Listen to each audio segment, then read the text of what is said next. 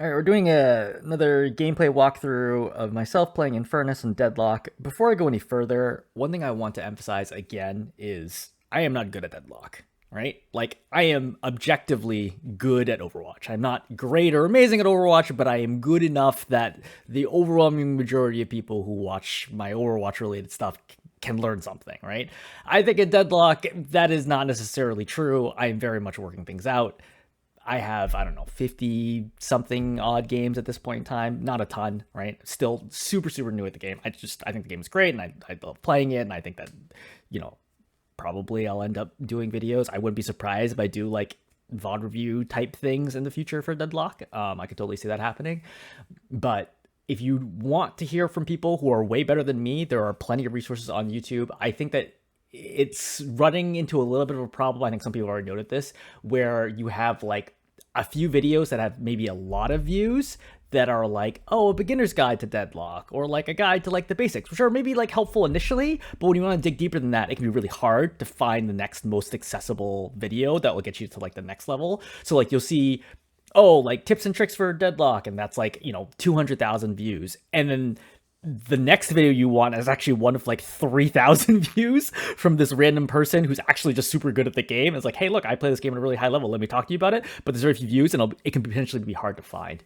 One of the best ones that's coming up, and it's definitely been recommended more, so I think the algorithm's picking them up as well, is Deathy, Deathy, who, as far as I can tell, is very good at games, pretty good at explaining it. Very similar format to mine.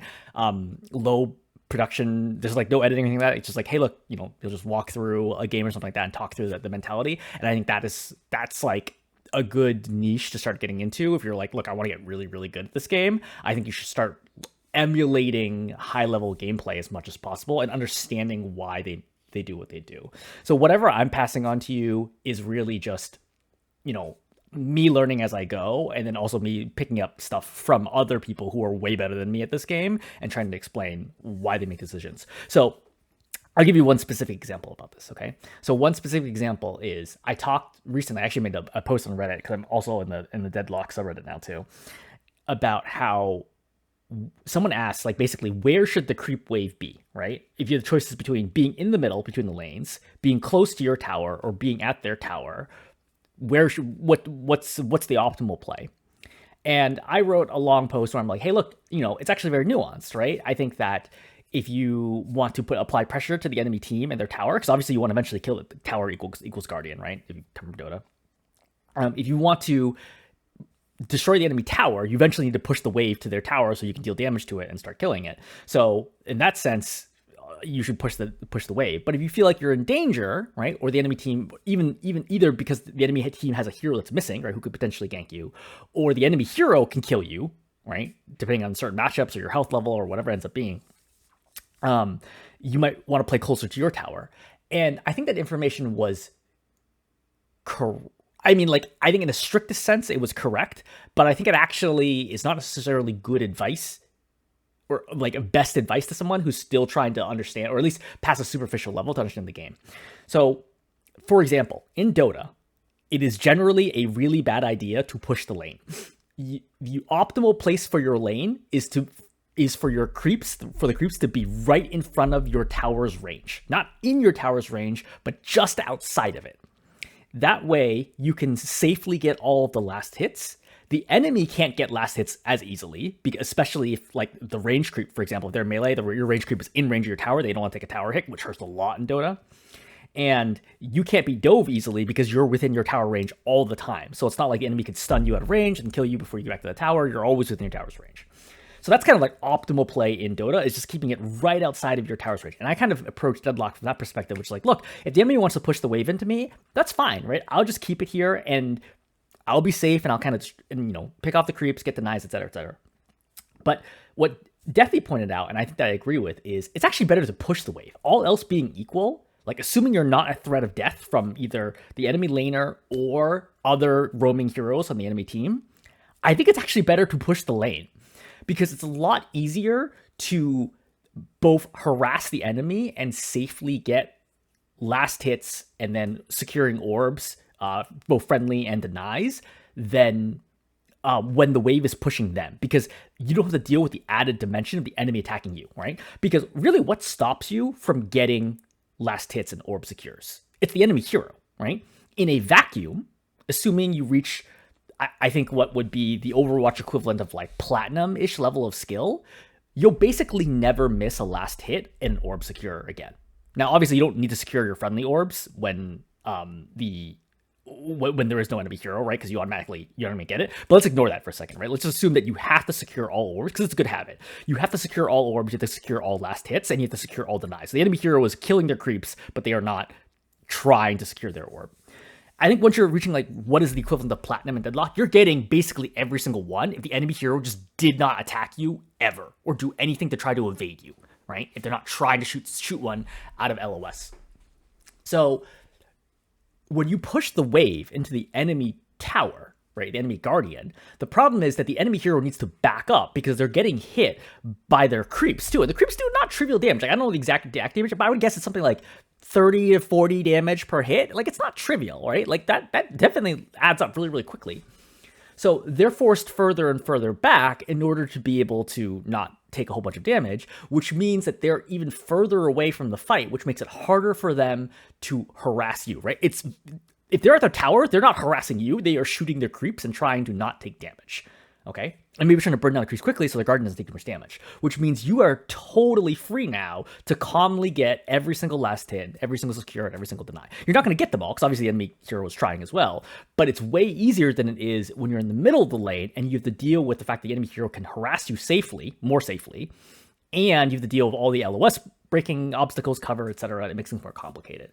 So I think in a vacuum, you actually, like, if you had free damage to apply, like totally free, where it did not affect your ability to, where you couldn't actually apply to the enemy hero, and it's not going to prevent you from getting last hits and orb secures otherwise, I think you should actually push the wave. And I've actually started here thinking about, hey, like, if I have free time, I'm actually just going to damage enemy creeps to try to push the wave towards them. And I think that's actually a better strategy than to not push.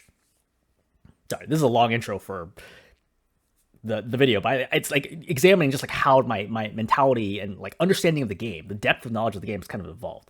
I would also note that when you have orb or creep momentum, typically you can stay closer to your creeps and they need to stay farther away. And if you're closer to where the creeps meet, you can get melees off, which is enormously powerful. It's swinging the lane, right?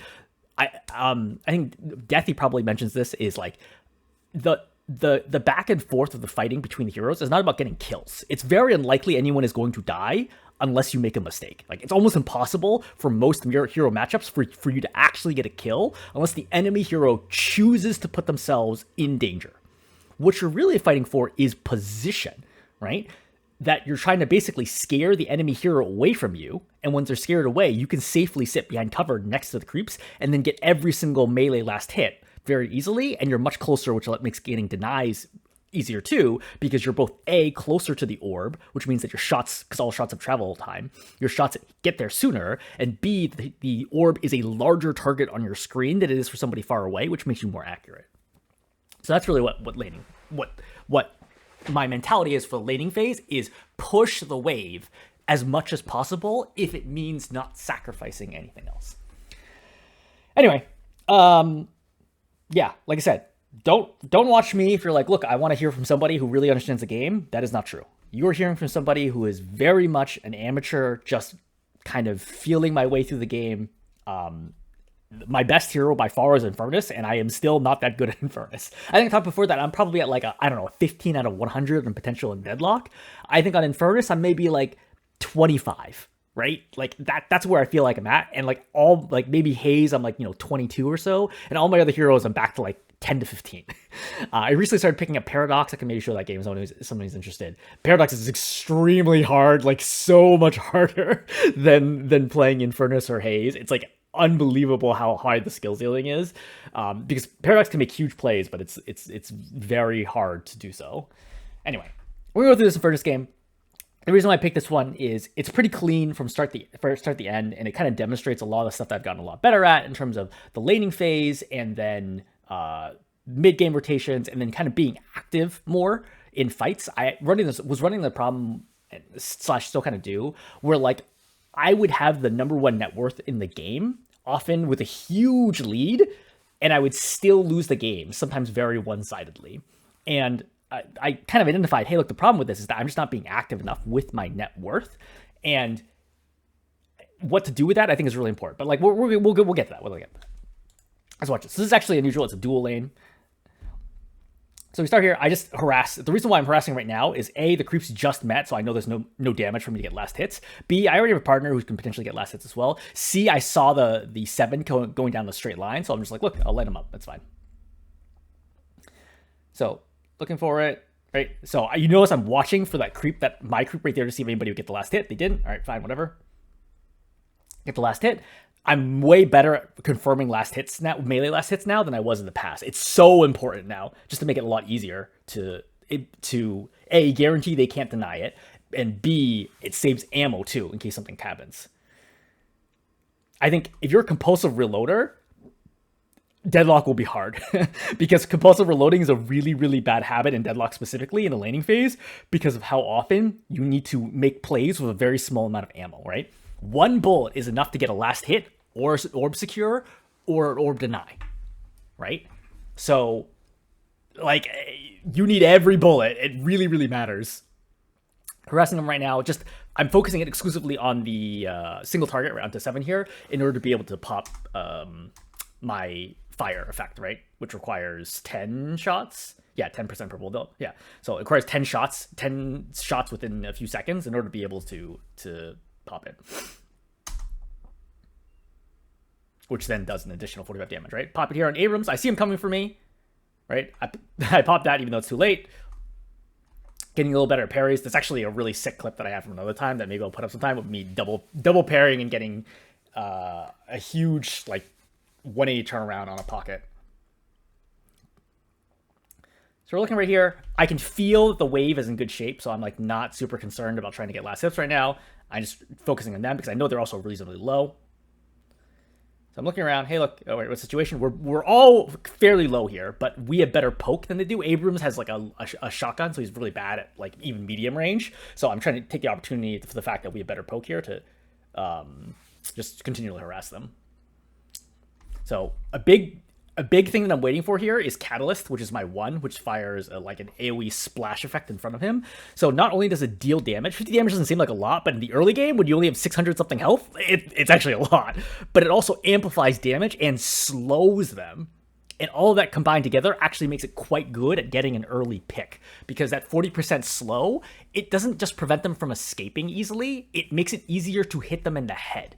So it dramatically improves your body shot accuracy and headshot accuracy, which itself is a damage multiplier, in addition to the fact that it's also a damage amplification. So I see they're still reasonably low. I'm like, look, I don't expect to get a kill right now. They're way too far back, right? And I do so little damage at this range. That's fine. But because they're pushed back here, right? I'm still not familiar with all the controls here. I think there is a way to change perspective, but I don't actually know how to do it offhand. I don't know how to figure it out right now. But they're C. That's what I want. Okay. Whoa.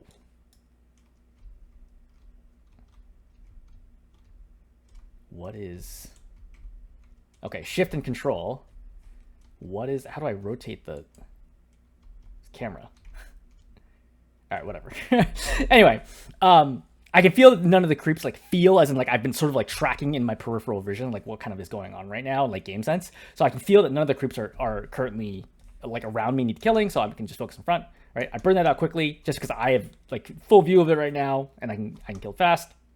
So Abra's coming forward. I activate parry, which is actually a bad call by me. I was thinking that he was gonna come up and eventually try to melee me, but I did it way too early. But he lets me melee him, and then he dies, and we get an easy pick right there. I would note here is that, generally speaking, the people on the other team are also not good. You can feel the clumsiness in them. I have played games against better opponents, and obviously, against sometimes laning phase goes better or worse. But we're still very much at a stage where everybody here feels newish. I would say that because the MMR in Deadlock is certainly not shaken out well, you get wildly varying games. Like I played against it where I'm like, I feel like you'd be the equivalent of like GM in Overwatch. They're just so much better than everybody else in the lobby. And then the next game I'm playing against like, a bronze. It kind of feels like that, like game to game. There's a lot of volatility there. I think in general, the games still end up being reasonably close, all things considered. But like you never know. I also don't know if it matches people up by MMR in terms of lanes, right? For example, everybody might have an equal partner on the opposing team in terms of MMR, but if they're not in your lane, then you might still be dominant in your lane, even though overall from a game perspective, it's balanced. I'm like, oh, okay, so I just get out right here. I don't want to make sure 7 doesn't pick me off, and I think I'm just going to go back here, and then I'm going to buy a really important item, which a lot of people talk about, which is Healing Right. So Healing Right's an interesting item. It costs 500, like all these starting items. So for 500, what you get is just a little bit of bonus health, and that's it. 45 bonus health is like basically nothing. But what is great here is the active. So every 60 seconds, you can heal up to 370 health. And I also noticed that it gives you extra sprint speed, which I did not realize. That's actually good to know. So you could use it on a friendly as well, but you're probably almost always going to be using it on yourself. And the thing is that it regens you fairly quickly. Right? 370 over 17 seconds is roughly 20 health a second. So it regens you pretty quickly, but if you take any damage, then from players or objectives, interesting, not creeps. If you take any damage from the enemy, then it ends up canceling the effect, so you won't get all 370 health back. So it's really good when you're like, oh, look, I got him blown up, I'm really injured, and so this is a scenario where you use it to get it back. I often buy, instead of this, extra regen, which kind of gives you, I think it's like 3 or 4 health a second or so of constant regen no matter what. And its stats are a little better. So that's what I do when I'm like, it's a tense lane and I'm not getting like super low, but we're constantly chipping each other. I prefer that. But Healing Right's really good for these scenarios where I'm like, look, I just need to burst heal myself, quote unquote burst, right, as much as I can, and I chill way back because people can see I'm glowing. So if they see me and just hit me with one bullet, it's going to disable the effect. But I'm going to greed a little bit here because I'm not in danger of dying, so it's worth it the risk to me just to make sure that I can get some farm here that maybe my teammate would have gotten. I get chipped here, so the effect cancels. But, I got 200 health out of it. It's fine. Right? So you'll notice I'm shooting out here, even though I'm far away, because I can feel that the enemy is not going to be looking at this angle, right? Based on where the 7 was, it's unlikely that he'd see this and or would be busy with my Kelvin who's in his face.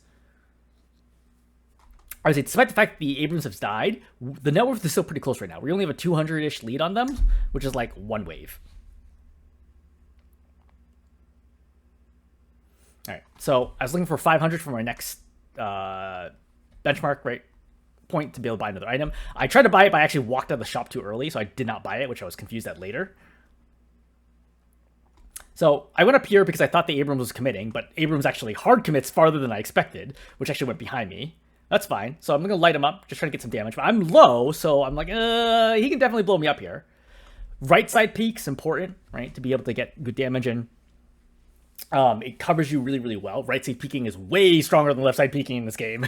It's a huge advantage to be right side peeking, so you can hit them very safely while it's really hard. They have very little of your body is exposed.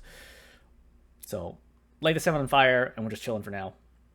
Pop that one. Again, notice from the angle, from where this orb is, unless the 7's all the way over there, he can't see this orb. I mean, Abrams could, but Abrams is probably not looking down right now. Trying to light him on fire again. I just barely missed. I think probably like 2 bullets short on that. I'm looking at this, kind of like, hey, look, he's probably going for this one. Right? You see, I'm saving 3 bullets to see if he kills. He doesn't kill. So I'm like, okay, wait, that's fine. That's good. Right? And I saw there's injured ones over there, but I'm like, I'm too far overextended now, and I can potentially die. So I'm going to go back and then deal with the low health creep later. I'm still looking at it, you see, like visually, and now I pop it. I pop it early because I feel that he's going to back up, which is correct. I'm like, hey, look, nobody's probably looking at this. My Kelvin kills it, so fine. That's the other creep. And now I'm going back. And I'm like, okay, wait, now I have 1,000. So I definitely didn't buy last time. And I'm going to buy 2 more items.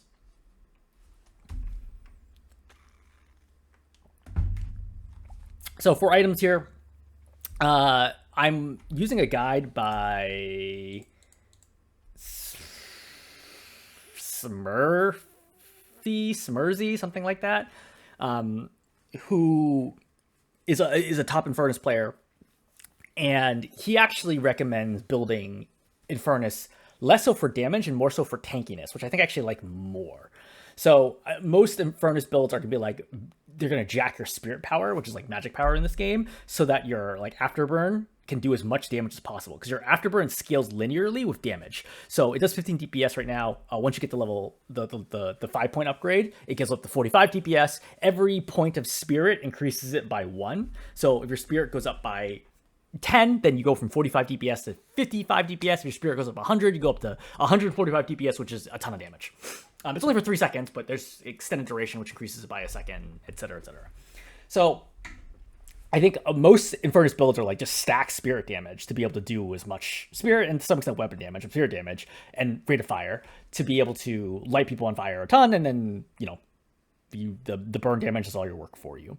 But it's kind of one-dimensional, and it kind of prevents you from making plays in certain situations because Infernus' ultimately requires you to get very close to people, right? It's a very strong stun. The AoE is decent. It's not like huge, but the AoE is decent on it, and it's an excellent initiation, or actually what I can like most is follow-up initiation tool. And if you're not tanky, if you're building exclusively for spirit or mostly for spirit, then you're just not going to be durable enough to like survive that initiation. So this guide focuses on survival more so, right? In terms of not just lifesteal, which everybody has, but also just like general health, resistance, etc. And I think that actually works out pretty well in terms of like just enabling you to make plays. Like you don't farm as fast, you don't kill enemies as fast, but you also don't die. And I think that's actually hugely valuable for a hero with massive amounts of lifesteal. Anyway, so we're going to see for... Can I even see the items? I can't even see the items. Okay, great. It's games in beta, right? Not everything's going to be perfect. So you're going to see the 2 items right here. Headshot booster increases fire rate, which is great for you. Bullet shield health, sure, doesn't really matter that much. But for the passive, you deal bonus damage with headshots, which is great. It has a cooldown of 7 seconds. That's actually really important. So ideally, you're using against enemy heroes. I never remember to use against enemy heroes, which is another good example of like skill ceiling, like how high it could be. But it gives you 45 extra damage on a headshot every 7 seconds, right? Again, really big deal against heroes. Against creeps, still helpful to pop them a little faster. And get less hits. For basic magazine, gives you more ammo, gives you more weapon damage. Everybody loves this. Very, very common. If you're gun focused, I think it's one of the most common upgrades. Also, Infernus needs all of his ammo, so important. So just trying to light him Abrams on fire. I didn't expect him to drop in front of me, otherwise I would have not reloaded. So I saw him kill there, right? Got the deny, excellent. Actually, yeah, got the deny. Or sorry, got the yeah, that should have been a deny. I don't know why it's showing up as blue. I think they might all show up as blue in replay mode. Yeah, they're all showing up in blue in replay mode. So you see there's 2 here. I just used melee there instead of shooting, which I probably would have done best because I could splash both of them. I can safely get both. I don't have to waste ammo trying to shoot them / get the confirms.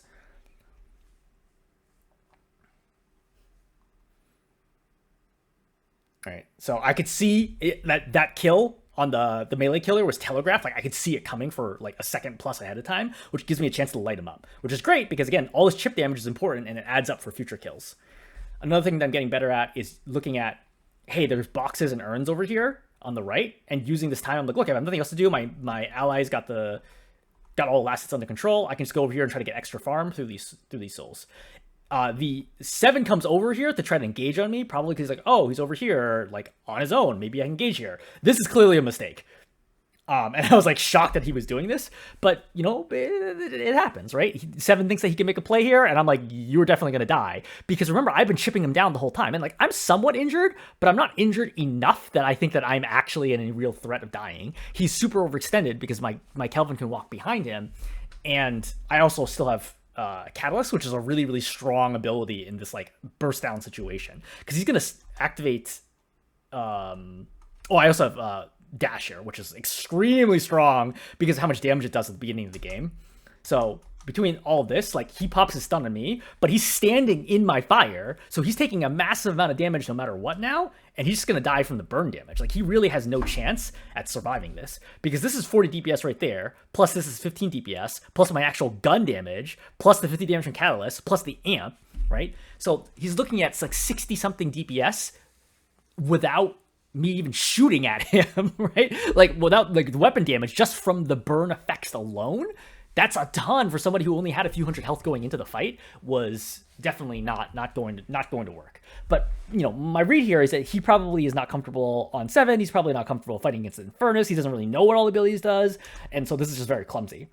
The Abrams engages on me. I'm like, okay, fine. I'm still feeling pretty good because the Abrams low-ish, and I know my Kelvin's still there. So I back out just for a second to break LOS, make him think I'm leaving the fight, and I come back in to try to help confirm the kill, right, and do so. Great. So now we have a strong lead. So with 1,500 souls, do I go buy? No, because there's an opportunity right now to go and get more damage on the Guardian, and because they're not going to be back instantly, right? They still have to respawn and they come back out. They might speed zip out. But, I'm still, reasonably comfortable that I can get away in this scenario. I really should have propped healing rights now. Again, so many mistakes, right? Relative to Overwatch, so many mistakes, which is why I'm saying I'm playing at a fraction of actual potential here. Using the slide trick to extend your magazine because you get infinite ammo while sliding. All right. So I'm like, okay, they should be back pretty soon. So now I'm backing up. Just poking a little bit. I'm like, okay, there's the Abrams. I want to see if he runs in a straight line at me, or maybe he kills creeps. I get deny, which is great. And so let's step out of that. And then now with my 1,800 gold, I can now buy. Let's actually speed this up a little.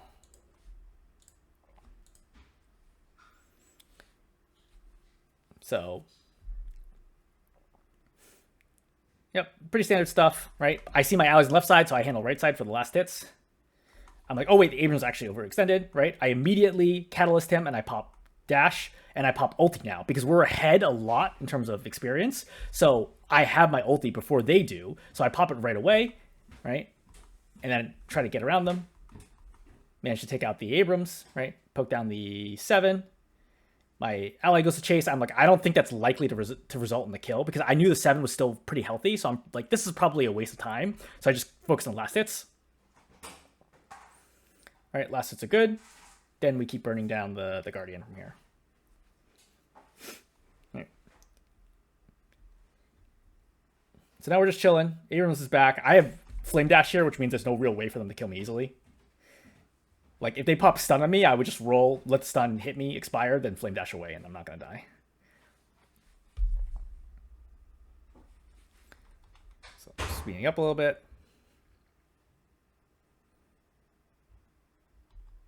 So now I rotated out of our lane, right? I rotated out of our lane and be like, hey, look, I saw the Lash was super extended. What is this, Lash? Warden? Warden. Sorry, Warden's super extended. Wait, no, this is Lash. Okay, yeah. To be fair, the model is almost exactly the same if you exclude the hat. Like, this is pretty silly. Anyway, so I saw the Lash is super overextended. He was winning his lane against whoever we had in this lane. I think it was Viscous. Yeah, I think our Viscous is getting absolutely crushed here, like 2,400. So I take the opportunity to go behind this Lash, who's probably like feeling, oh, confident, I'm winning my lane, blah, blah, blah, blah. Now I come in, Flame Dash him, Catalyst him. Right, he's obviously super low. Set him on fire, and he dies. Excellent. So back to farming the lane. Doing normal stuff. So I'm rotating back here because I can see that the enemy 2 heroes, the Abrams and the 7, are pushing our tower. So I'm coming back with R7. I'm not committing yet because I'm like, because I'm concerned that is going to happen, that ulti's going to go off, and I don't want to waste my abilities and then like not be able to get the kill. So I'm like, all right, that's fine. Right? Forced. I'm just chilling, right? I know that the bubble's going to be up for a while, so I reload and wait. I probably shouldn't have done that. Like, in retrospect, I thought about it at the moment. Like, I probably shouldn't have been greedy and try to get those extra kills. So I'm just trying to be extra efficient. Now, what does 7 have? Nothing, right? He's probably used stun. He's used his ulti, right? Like, that's it. So, get him super low. The problem is I get stunned into this. I don't think I actually realized that I had the stun effect on. Yeah. Ooh, the replay is so laggy.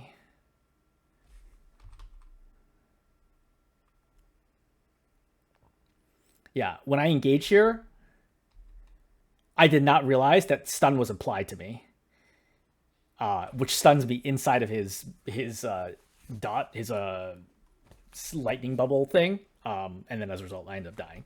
So that's pretty sad. That's my only death all game, right? I was like, okay. I understand. Like, I think it was reasonable for me to try to push that, but I should have been more aware about the stun. All right, so Lash super extended. All right, easy kill. Back to farming. All right, more of the slide trick to force down the Guardian, right? You really want to kill all the objectives as soon as possible. It gives you, it gives your whole team souls. It also gives you ability points, and eventually leads to flex slot. So Seven's out here. I'm like looking like, I don't have dash here, but like he can probably die, right? Kelvin slowed him enough. Great. Between Catalyst and Kelvin slow, no one's able to walk away. You really need some kind of like burst movement. Come back over here, just poking him out, looking to see if I can get denies. Right. Remember, even if what I love about this game is even there's scenarios where like you have no ability to farm their creeps, but you can always farm your own creeps by denying their creeps, right? There's a lot of situations in Dota where you're sitting on like a huge like 20 creep wave pushing them, and you're like, I can't get any farm here though. Like I'm still gonna use it to like destroy the tower or whatever, but like I can't get any money. But in this game, you can always get money unless they're trying to melee. If they're meleeing, you can damage them. So I dashed out of there right away because I knew Lash was coming and I saw that he was trying to hook onto me. So a big tip that I think it was Deathy, but it's possible that somebody else said, is when you win your lane phase, what's your next goal? And I think most players would say your goal is to take that net worth advantage and use it to kill the enemy team. And Deathy, or someone else, I'm not necessarily going to say it's Deathy in case I quoted incorrectly, they said, no, once you have a net worth advantage, your goal is to use a net worth advantage to get even richer, right? If you are rich, get richer. And it might mean killing them, but especially when people know how to play the game, it's actually really, really hard to kill people, no matter how skilled you are, because they're really good at evading, right? And in this game, I think defense scales better than offense. Like, similar to Overwatch, you don't die unless you put yourself in a position where you're like, yes, I know I'm at risk. In Overwatch, I could play an entire game against pros and never die. I was almost like any hero, just by playing unbelievably safe. I deliver like no value, right? But like I could be like, there's basically no way that I can die in this game if I really wanted to, right? Or like my deaths would be like 1 or 2 in a game. We get steamrolled, but you could not die. And similar thing in Deadlock is because it's a low. This is a general side effect, intentional or not, of low time to kill shooters, right? If you're not playing a game where you can instantly die at any range like Counter-Strike, then yeah, there's going to be situations where like pretty much people who don't want to die just don't die. And yeah, you could say, oh, there's things like, Lash ultimate that pulling people out of position. Yeah, that happens. But again, you can itemize against it, and you can also look for it and get behind cover. And there's a lot of ways to counterplay that. But generally speaking, this game, people don't die unless they wouldn't say want to die, but they choose to put themselves at risk. So the best thing to do when you have a net worth advantage is to take the enemy team's jungle. Which I think is a really good perspective on it. Because if you take their jungle, you take all that money away from them, and you're in a position to apply pressure to them easily because you're close to them. And because you have a net worth advantage, no one's going to stumble upon you and beat you in a 1v1. If somebody stumbles upon you, you kill them, not the other way around. So you apply a tremendous amount of actual and psychological threat on them by taking their jungle, and you improve your economy. Both you personally get money, but also your team can farm your own jungle and you're farming their jungle. So it's a double whammy. Every creep you kill not only adds to your net worth, but it removes potential net worth from the enemy team. So there's a tremendous amount of value in taking the opposing team's jungle if you can safely do so. Still more farming here. So now there's nothing really for me to farm right now, but Abrams is out here looking for an opportunity. He has no way that he can possibly beat me. I'm just looking for what his possible exit plan is. But once I see, hey, look, I thought Lash was coming, which is correct, because I noticed that he was missing for a while. So I back up here and just want to make sure that I don't get caught out and double stunned to death. Yeah, they try to come on me. I was like, oh, nope, backing out.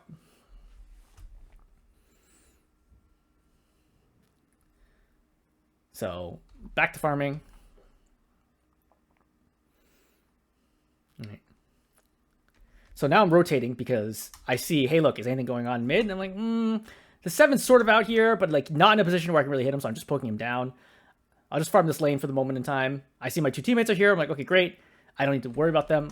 or I don't want to take farm away from them. So I know there's creeps here. I know there's creeps here. I know there's the vending machine, right? A lot of options for me to do stuff. Right, because I don't want to take away from their farm, right? It's not within 10 minutes, which means, you know, it's a zero-sum game for farm in the lane, right? If I get it, then they don't. But if we fight in the jungle, then I can just get it on my own. But Kelvin comes over, he fights the other camp. I'm like, all right, great, I'll let him have it. Rotating over. I got 5,200 right now. I want to buy. Buying, right? Pretty standard stuff like toxic bullets, which is really, really strong. It bleeds them, but it's non-fatal, so combined with your afterburn can actually kill people. So I'm rotating over here because I know, hey, look, there's 2 people over here at this walker. I'm like, I see my haze here. Okay, great. So this is actually an opportunity. Now I engage. I'm like, okay, are they sticking around? Not sure. All right, now I'm like, all right, now I can go. Because now I can feel, like, it's hard to explain, but I'm like trying to feel the fight out and see like what kind of is going on here. But once they start running away, I'm like, okay, they're not confident they're going to win this fight. So now I can go, right? I hit only the warden with the stun there, but still enough, right? I back up here because I can understand that, hey, look, I'm being double focused. My haste feels like she's still really far away. So I'm going to slow the fight down, okay? I may not get the kill, but I definitely don't want to die. But I've done enough damage that the kill is still a possibility. So Ivy comes in from behind, gets the kill. Excellent. Now I'm following because I know Bebop is low, but I'm like, I don't know that I can really change a difference as to what this fight is, so I might as well get the last hits here. It's a good example of efficiency, right? It's like, look, I could have followed, helped poke down the Bebop more, but I already saw 3 teammates jumping on him. I'd rather get the 2 last hits that we might miss otherwise than continually chase after him. I pick up the urn. I'll run it. I don't think you're especially good at running urns, but like you're okay. You don't have anything that really helps you go that much quicker. I'm better about sliding now. Still not great, but better at sliding. Like now, kind of more automatically when I go downhill, I slide, which is good. But there's still so much more I can do. I don't think it's actually necessary to melee the orbs when the urn comes out. I just can do a habit. I think it automatically gives it to you anyway. But obviously, if there's enemies nearby, you should melee it. I did the suboptimally. The optimal way, I think, depending on your ammo, is to light 2 of them on fire, then pop burn, then finish your ammo, 7 on the last one, or whatever you got, then do catalyst to reload, then kill them off. It's a good example, again, of skill ceiling, how high the skill ceiling is. Like, you can optimize everything in this game. So I saw 7s in lane. I don't know who else is there, so I'm like, okay, I'm just going to chill for now until I have more information. I'm like, okay, cool. Seems like it's just 7, right? I can see a pretty good LOS now from the creeps. I know nobody else is around, so I can farm it safely. If I knew it was just a 7 alone, like, yeah, I can go fight him. But also, he can just pop ultimate, and then, like, it's annoying. Like, and if I've dashed in, I might actually die. So I can just chill for now. So I'm going to back out right now, because once again, I'm like, I feel like the Abrams is missing, which he is. And I'm actually going to get double engaged here. So, double or triple engaged. So the Abrams is going to engage on me. It's a good stun, but he's really deep in my backline. So I'm like, I don't know if this is a good call for him. So Catalyst goes off. I pop ulti just to keep myself alive, just to, like, get him off of me.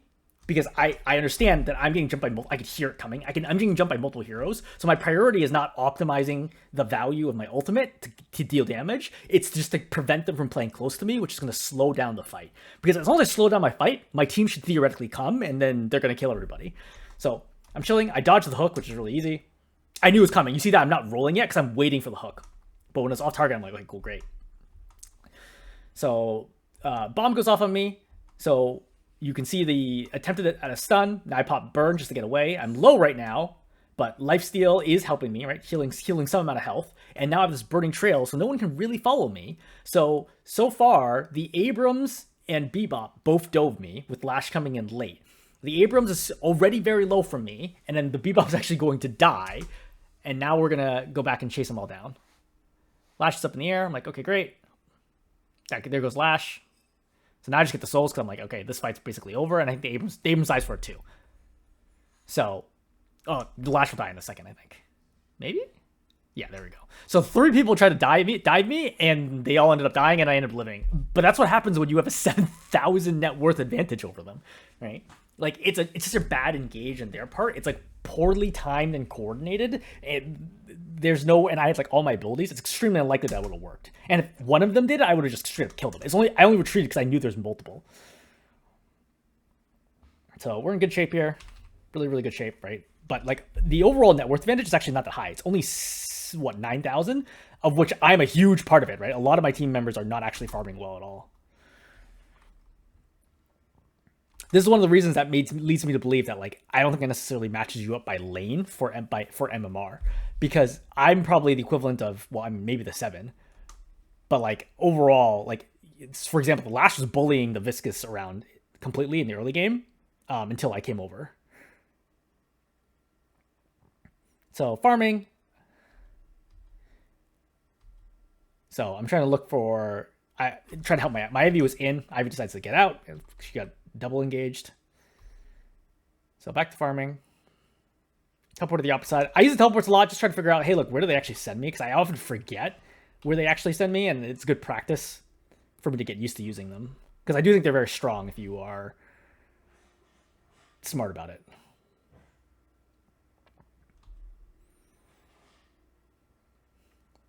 It's hanging out now, right? I'm happy to farm the jungle more if I got it, but I don't actually know where they all are. Like, multiple heroes are missing right now, so I'm just playing it really safe. What I'm hoping here is that the enemy engages on one of my teammates, and I get to counter-engage on them, which is quite strong, right? Hunter becoming the hunted situation. But nobody engaged shows for a while. I don't want to waste more time. So farming. Right, I'm at 21,000 here, so again, big net worth advantage over them.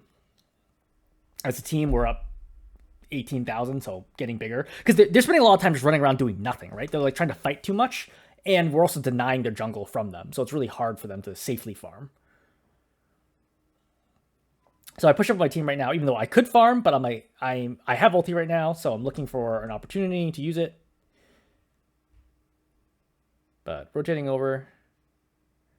These subways are nice because you can get a surprising amount of upgrades and loot from them. Because there's a lot of boxes down there, but there's no other farm, which is the problem. So Vindicta is over here. I'm like, oh, wait, okay. I'm just going to burn her down. The Lash is nearby, but I have such a net worth lead that I know Lash can't really solo kill me, so I'm not worried about it at all. So Lash engages on, who's this? My Wraith. So I back out now because there's multiple heroes. I heard the Abrams here as well. So I'm like, okay, they're still chasing me. And I'm like, okay, this is going to happen again. So I ulti. And they're going to die because this was never going to work. Like, even if my team didn't jump them, like, A, like, they had to go so far to chase, right? You can't chase people this far. But B is they were going to kill me even without my team. Like, I'm way too tanky at this point in time, and they don't realize that. Easy killing Abrams. And now we're just farming away again. So one thing I'm way better at now is focusing on the last walkers. When I'm like, hey, look, we need that last flex slot. What's missing? We need to kill one of the or kill all of the walkers. This is the last walker. Kill down yourself. I'm still used to like a Dodo-esque mentality where it's actually quite hard to kill towers on your own. They're quite tanky, but like in this game, towers, all the guardians, like towers, etc., don't really do a lot of damage. So you can kill them very, very easily with creeps. Like even a couple creeps is enough for you to do massive damage to them.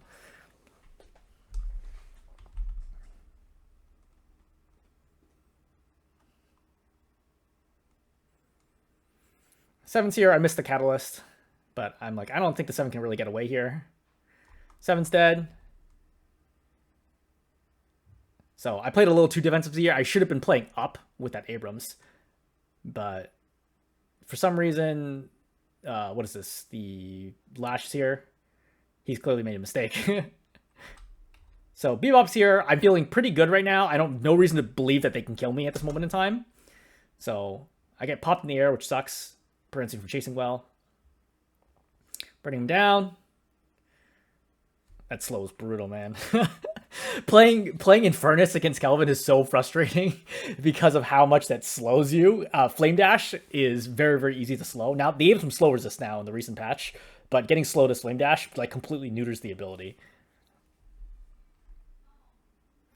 All right, so going forward from here, just being aggressive. I can see, hey, 5 of them are dead, right? Just kill the shrines.